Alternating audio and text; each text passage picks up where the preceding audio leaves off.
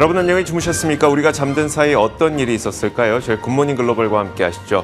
자, 미국 증시가 지난밤 사이에 3대 지수 모두 반등에 성공했습니다. 10년물 국채 금리가 다시 한번 3% 아래로 내려가면서 시장이 상승하게 된 건데요. 이와 더불어서 시장을 짓눌러 왔었던 달러 강세도 다소 완화되는 분위기입니다. 물론 이날 나왔던 지표라든지 여러 가지 분석들 이런 거는 시장에 그리 전망이 밝지만 않습니다. 먼저 첫 번째 살펴보면 미국의 4월 무역 적자가 발표가 됐는데요. 19% 감소한 것으로 나타났습니다. 근데 그 이유가 바로 수입이 둔화됐기 때문이었습니다.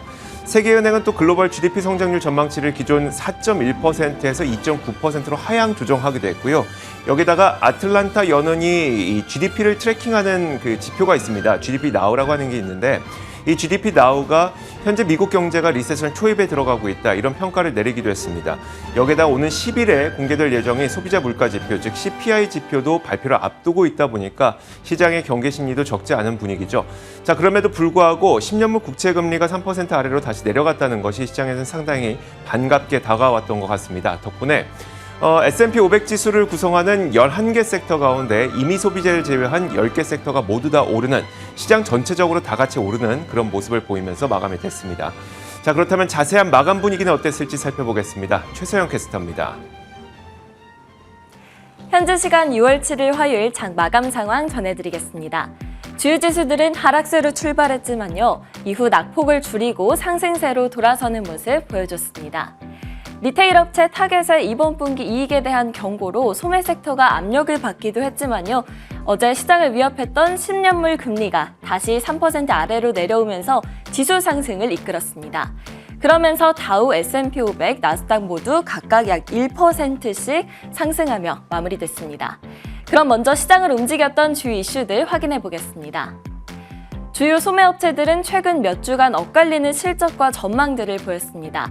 때문에 주식시장의 변동성이 가중되고 있죠. 소매업체들의 실적이 나올 때마다 그것들이 경기 침체의 신호인지 아니면 소비 지출의 급속한 변화에 대한 신호인지에 대해 논란이 일고 있는데요. 노스웨스턴 뮤추얼 웰스 매니지먼트의 브렌트 슈트는 소비가 멈추는 게 아니라 바뀌고 있다라고 언급했습니다. 상품에 대한 소비가 서비스에 대한 소비로 옮겨가고 있다는 건데요. 하지만 여전히 경기 침체에 대한 우려는 시장 하락 요인으로 작용하고 있습니다. 그런가 하면 최근 시장에서는 주가 반등에 대한 의견도 엇갈리고 있습니다. 베어마켓 랠리, 즉 약세장 속에서 주가가 일시적으로 상승하는 것인지 아니면 매도세가 끝나고 시장이 바닥을 친 것인지에 대한 논란이 일고 있는 건데요.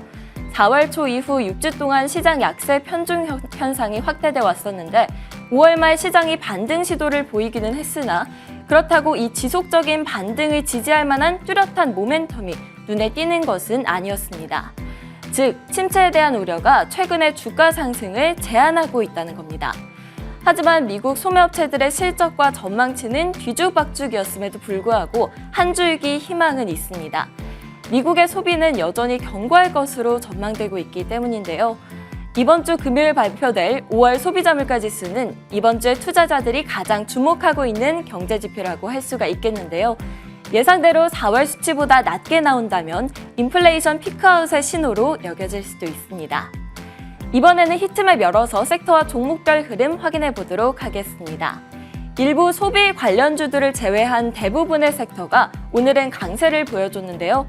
먼저 오늘 가장 약했던 소매 업종부터 확인해 보도록 하겠습니다. 오늘 장에서 가장 관심을 모은 기업 타겟인데요. 초과된 재고량을 줄이겠다는 계획을 밝힌 이후에 장 초반 급락세를 보였습니다. 제품들에 대해 추가적으로 가격을 인하하고 일부 주문들을 취소할 것이라고 밝혔고요. 이번 분기의 영업이익 전망치 역시 낮추기도 했습니다. 때문에 장중에 4%가량 급락하기도 했던 타겟 주가는 결국 2%가량 하락 마감했고요.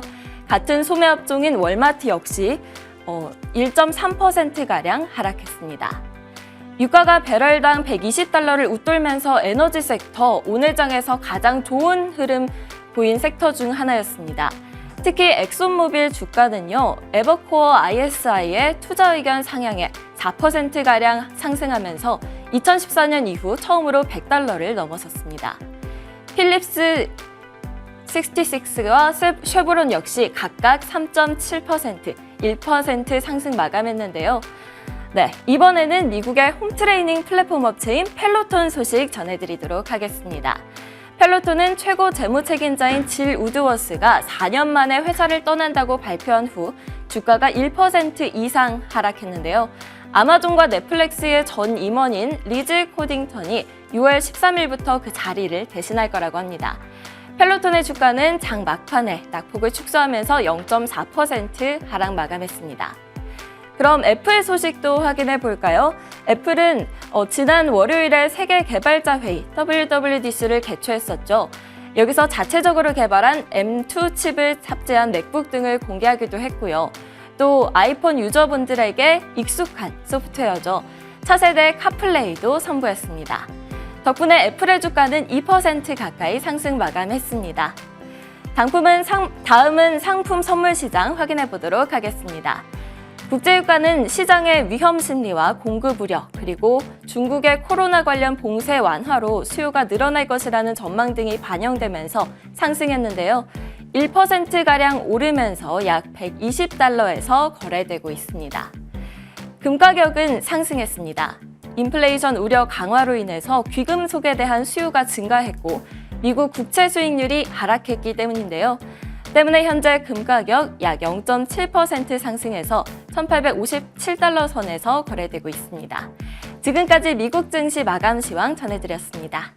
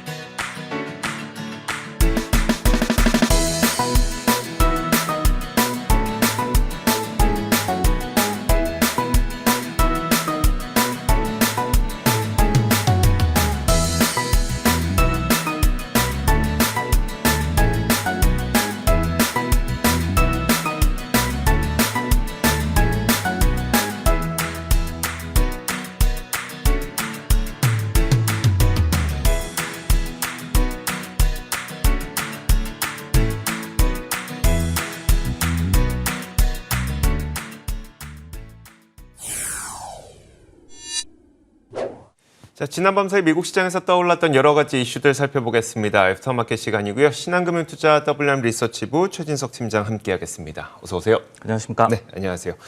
자, 첫 번째 키워드부터 볼게요. 첫 번째 키워드는 바로 이겁니다.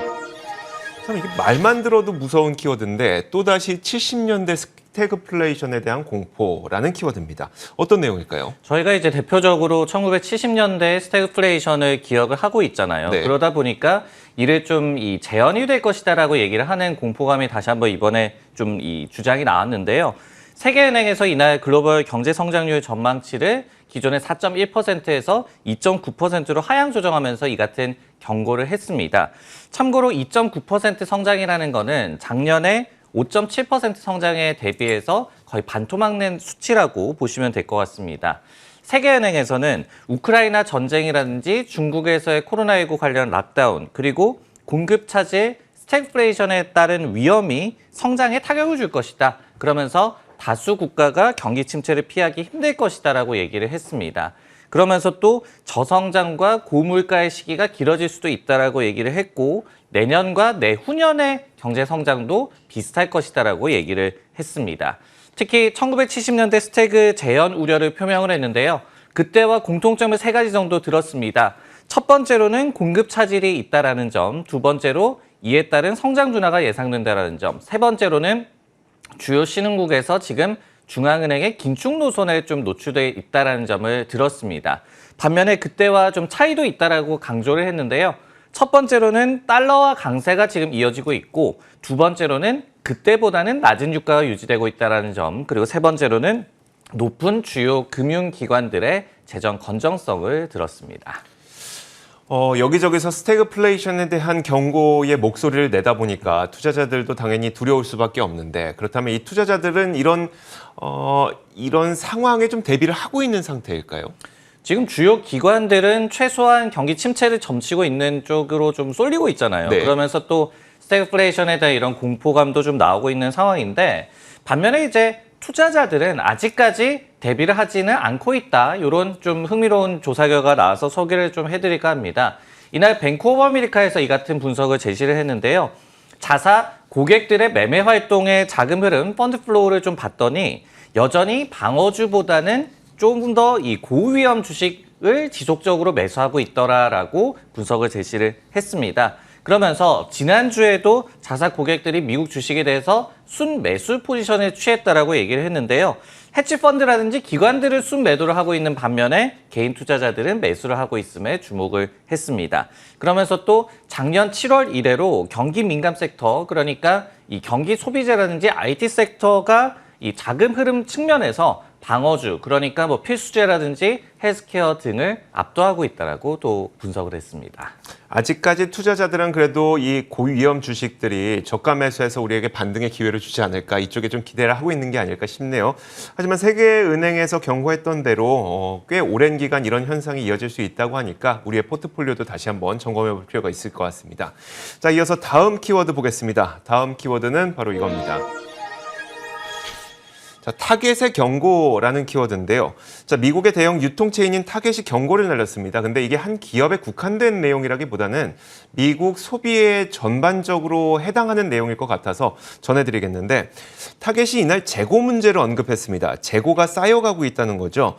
자, 그러다 보니까 적정 수준의 재고량으로 낮추기 위해서는 이제 앞으로 떨이 판매를 해야 되고 주문도 좀 취소해야 될 가능성이 높습니다. 결국 비용이 늘고 이익이 줄어들면서 2분기 영업 마진은 2% 수준밖에 안 될 수도 있다고 타겟에선 얘기를 했습니다. 타겟이 세워놓고 있는 영업 마진 장기 목표치는 8% 수준인데요.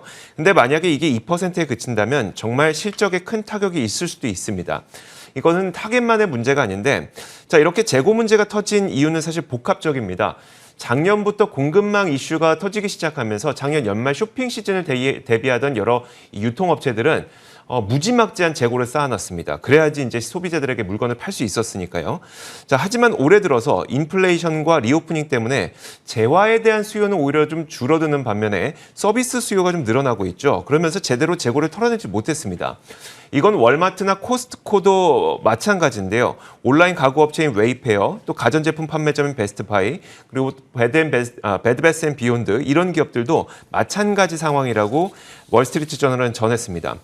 자, 타겟이 이렇게 많은 재고량 때문에 주문을 취소해야 할 수도 있다고 했는데, 이를 증명이라도 하듯이 지난 4월 미국의 무역 적자가 축소됐는데 전달에 비해서 19% 감소했습니다.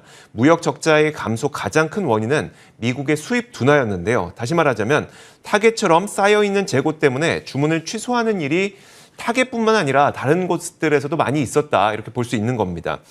자, 이런 내용을 보다 보니까 한편으로는 이게 공급망 이슈 때문에 발생한 일시적인 재고의 많은 물량 아닐까라는 생각이 드는 반면에, 또 한편으로는 인플레이션 때문에 소비가 둔화되고 있나, 이제 소비에 대한 경고인가 싶기도 하고요.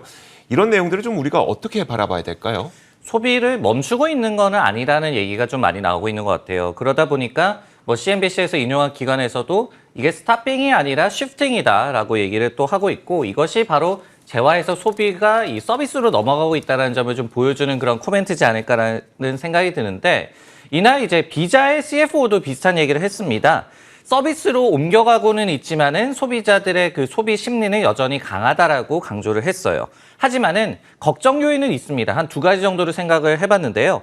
첫 번째는 이 미국의 소비자들이 그러면은 돈을 지금 어디서 갖다가 소비를 하고 있느냐. 이날 발표가 된 4월의 소비자 신용지표를 보면은 380억 달러 이상이 늘어났어요. 근데 컨센서스가 350억 달러 정도 증가했기 때문에 신용이 훨씬 더 많이 늘어났음을 저희가 알 수가 있고, 그리고 리볼빙도 20% 가깝게 또 한 번 좀 증가를 했습니다. 즉 저축률이 낮아지고 있는 만큼 고간을 털어서 일단은 소비를 하고 있다는 점이 좀 걱정스럽고요.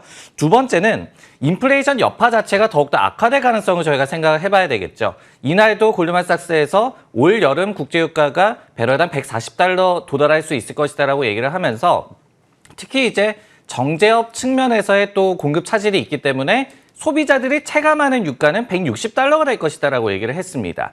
그렇기 때문에 일단 지금 뭐 나오고 있는 지표들은 서비스 소비가 좀 받쳐주고 있기 때문에 지탱을 하고는 있지만은 이런 걱정 요인들도 좀 살펴봐야 될 시점이지 않을까라는 생각이 듭니다. 약간 뉘앙스만 좀 달리 말하자면 걱정 요인이 없는 건 아니지만 여전히 소비는 강하고 이 소비의 형태가 재화에서 서비스로 바뀌고 있는 것이다. 이렇게 봐도 되겠네요. 그러다 보니까 이제 근본적인 문제, 그러니까 네. 뭐 공급 차질이 좀 풀려서 아니면은 우크라이나 전쟁이 조금 마무리가 돼서 유가 상세가 좀 이 제동이 걸린다든지 이런 게 또 필요하다. 그렇기 때문에 뭐 시간의 싸움이다라고 좀 보여지는 그런 시점입니다. 네, 알겠습니다.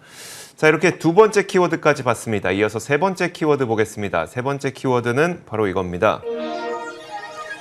가장 싼 주식이라는 건데 포드의 그림이 있고요. 포드가 가장 싼 주식이다 이런 평가가 나왔을까요? 네, 저희가 이제 투자를 하다 보면은 가장 싼 주식을 좀 찾게 되잖아요. 네. 근데 또 뭐 밸류 트랩이라는 얘기가 있는 만큼 싼 게 비지떡이라는 것도 그렇죠. 주식시장에서 우리말로 따지면 이제 싼 게 비지떡이니까. 네네네. 거기서 이제 충분히 작용을 하거든요. 그래도 뭐 가장 싼 주식을 한번 스크리닝을 해봤다니까 좀 살펴봤는데 포드 자동차가 바로 S&P 500 지수 내 기업들 가운데서 가장 싼 주식에 등극을 했습니다. CNBC에서 스크리닝 기준을 한 3가지 정도로 세워서 이 스크리닝을 했는데요.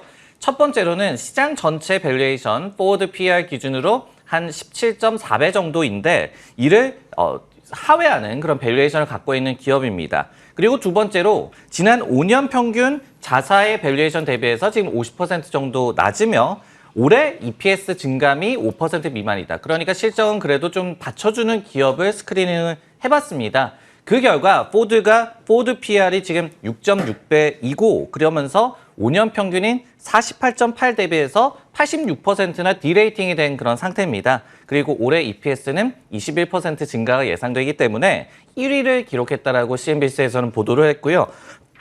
그리고 이제 참고로 YTD 기준으로 주가도 35%나 하락했기 때문에 이런 밸류에이션 매력이 살아있다라고 분석을 했습니다. 그 밖에 이름을 올린 기업들을 좀 살펴보니까요. 밸류에이션의 80%가 축소가 된 언더아머 그리고 그 외에는 넷플릭스와 모더나와 같은 팬데믹 수혜주가 3위에서 4위권을 또 형성하고 있었습니다. 사실 저도 개인적으로 만약에 이 네 가지 종목을 놓고 보자면 이번에 S&P 500 지수에서 편출되는 뭐 언더아머는 좀 제외하고 싶고 넷플릭스라든지 이제 모더나의 경우에는 팬데믹 수혜를 너무 많이 받았기 때문에 지금 싸다고 당장 뭔가는 기대하기 어려울 것 같긴 하지만 포드의 경우에는 지금 굉장히 저렴한 상태인데 만약에 공급망 문제만 좀 풀려준다면 그러니까 모멘텀만 발생한다면 괜찮을 수 있겠다 이런 생각도 들거든요. 근데 말씀하셨던 것처럼 싸다고 모든 게 능사는 아니니까 그러면 이제 포드에 대해서 월가에서는 어떻게 바라보고 있을까요? 지금 보면은 그래도 밸류를 지금보다는 더 받을 수 있다는 쪽으로 의견이 모아지고 있는 것 같아요. 예를 들어서 이제 세리티 파트너스라는 기관에서도 포드의 전기차 모멘텀이 강하다라고 얘기를 하면서 GM과 함께 지금의 뭐 한 6배에서 7배 정도의 포워드 PR은 너무나도 낮다라고 강조를 했습니다. 그리고 이제 지난주에 시티그룹 같은 경우에도 주요 전기차 출시라든지 확대 노선은 우호적이다라고 얘기를 하면서 그러면 이제 뭐가 필요하겠느냐. 몇 달간의 차 판매 호조 지표가 좀 나아준다라고 한다면은 전반적인 투자 심리도 개선될 것이다라고 강조를 했습니다. 실제로 이제 6월 초에 포드도 5월 미국에서 차 판매를 발표를 했는데요. 4.5% 감소를 했습니다. 그러면서 4월에 10.5% 이 감소에 대비해서 상황은 나아졌지만 여전히 좀 부진했어요. 근데 이제 눈에 띄는 또 지표가 있었죠. 이 전기차 판매 같은 경우에는 무려 221.5%나 증가를 했기 때문에 시장에서도 이 같은 전기차 모멘텀은 잘 알고 있거든요. 네. 근데 뭐 핵심 사업이 그래도 잘 돼야 되기 때문에 내연기관차의 판매도 좀 풀리는 그런 매크로 환경이 좀 불확실성이 거치는 그런 거를 시장에서는 좀 기다리고 있는 것 같습니다. 네, 알겠습니다. 자, 이렇게 싼 주식 포드도 한번 살펴봤고요. 자, 이어서 다음 키워드도 크게 다르지 않습니다. 다음 키워드 볼게요. 바로 이겁니다. 여전히 싸다. 요즘에 싼 주식이 많긴 많은가 봐요. 하지만 그럼 이 싼 주식 가운데 과연 나는 무엇을 선택해야 되느냐에 이 문제가 계속 남게 되죠. 사실 이번 내용은 좀 그 예상 외일 수도 있습니다. 왜냐하면 작년부터 에너지 주식은 급등세를 계속 보이고 있죠. 그러다 보니까 지금 에너지주가 대세라는 걸 알면서도 작년에도 굉장히 많이 올랐고요. 올해 들어서도 굉장히 많이 올라오다 보니까 이미 좀 너무 늦은 거 아니야? 라는 생각 때문에 선뜻 에너지 주식에 손이 안 가는 것도 사실입니다. 하지만 여전히 이 에너지 주식이 싸다는 평가가 나왔는데 에버코어 ISI에서는 이날 에너지 주식들에 대한 투자 의견을 매수로 상향 조정하면서 엑손모빌의 목표 주가를 기존 88달러에서 120달러로 높여 잡았습니다. 사실 엑손모빌은 올해 들어서만 올해 수익률만 지금 61%입니다. S&P 500 지수가 약세장의 문턱을 넘나들던 올해 시장과의 전혀 다른 모습을 보여주고 있죠. 굉장히 많이 오른 건데 여전히 추가 상승 여력이 있다는 평가입니다. 에버코어는 장기적인 에너지 사이클과 또 강력한 실적을 고려할 때 엑손모빌의 현재 밸류에이션은 매우 적정하다라고 얘기를 했습니다. 주가는 많이 올랐지만 밸류에이션은 여전히 적정하다는 얘기인데요. 엑손모빌이 사실 올해 가장 많이 오른 주식은 아니고요. 올해 옥시덴탈 페트롤리움이 올 한 해 동안 지금 6개월도 안 됐는데 140% 올랐고 마라톤 오일이 91%, 코테라 에너지가 89%로 훨씬 더 많이 오른 종목들도 수두룩합니다. 이렇게 많이 올랐음에도 불구하고 이익이 늘어나는 속도와 비교하면 아직 비싼 가격이 아니라는 평가인 거죠. 특히 엑손모빌의 경우에는 수익성이 매우 좋아질 것으로 평가되고 있는데 대표적인 수익성 지표 가운데 하나인 자기자본 이익률, 즉 우리가 ROE라고 표현을 하는데 투입된 자본에 비해서 얼마나 돈을 많이 버느냐를 보여주는 지표입니다. 자, 이게 2025년에는 15%, 그리고 2027년이 되면 17%로 높아질 것으로 엑손모빌은 전망을 하고 있거든요. 그러면 이렇게 돈을 많이 벌어서 어디다 쓸 거냐? 바로 자사주 매입과 배당에 쓰게 될 테니까 최소 향후 5년 동안은 매우 좋을 것이다라는 게 에버코어의 평가입니다.